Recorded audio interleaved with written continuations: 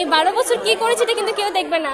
এই 1-1.5 মাস পরে যে রেজাল্টটা আসবে তখন সবাই শুনবে যে ঢাবি ইটস ওকে, ঢাবিতে পড়ে ইটস ওকে। কিন্তু যখন দেখবে যে না কোথাও চান্স পাই নাই তখন কিন্তু এই জিপি ফাইভটা তখন ম্লান হয়ে যাবে। মেয়ে যখন আমাকে ফোন দিয়ে বললো যে বাবা আমি জিপি 5 পেয়েছি, আমার তখন চোখে পানি চলে আসে। আগের মতন ওই প্রিভিলেজটা নাই যে সবাই গণহারে সবাই জিপি 5 পাবে।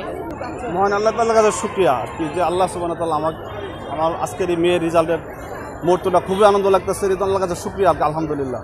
তো আমি আজ থেকে আরও 12 বছর আগে এই স্কুলে যখন মেয়েকে ভর্তি করি, প্রথম যখন মেয়ের এরকম ভর্তির যখন এরকম রেজাল্ট নাম আসছে, রেজাল্ট যেদিন ঘোষণা করবে, আমি তখন ওই দিন রোজা ছিলাম এবং রোজা থেকে আল্লাহর কাছে দোয়া করছি।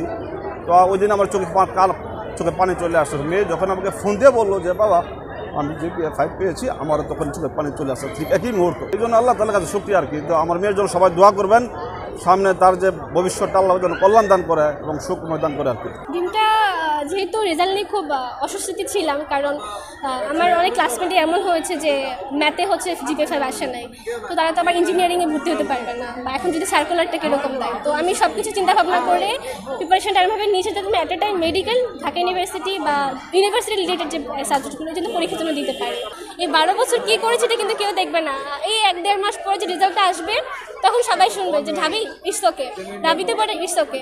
কিন্তু যখন দেখবে যে না কোথাও চান্স পাই নাই তখন কিন্তু এই জিপি ফাইভটা তখন ম্লান হয়ে যাবে। তো আমি মনে করি যে একদম শেষ পর্যন্ত নিজেকে ধরে রেখে ভালো কিছু অ্যাচিভ করা না পড়া পর্যন্ত আসলে কিছুই না। তো যারা হচ্ছে অকৃতকার্য বলতে যারা জিপি 5 পায় নাই তাদেরকে বলবো এখনও মানে আশা হারাতে না, চেষ্টা করতে, রেগুলার বেসিসে পড়াশোনা করতে, অবশ্যই ভালো কিছু করা সম্ভব। রেজাল্ট আমার আলহামদুলিল্লাহ জিপি 5 আসছে এবং আগামীতে যারা পরীক্ষা দিবে তাদের, আমরা যেহেতু লাস্ট ফুল সিলেবাস ব্যাচ ছিলাম, তো আগামী বছর সবগুলো এখন ফুল সিলেবাসে হবে। তো সবার উদ্দেশ্যে বলবো যে ভালো করে পড়াশোনা করতে, কারণ এখন সরকার চেঞ্জ হচ্ছে। তো কোয়েশ্চেন প্যাটার্ন আমাদেরটা তো দেখছে ওরা, আশা করি দেখছে, কারণ অনেক হার্ড হয়েছে।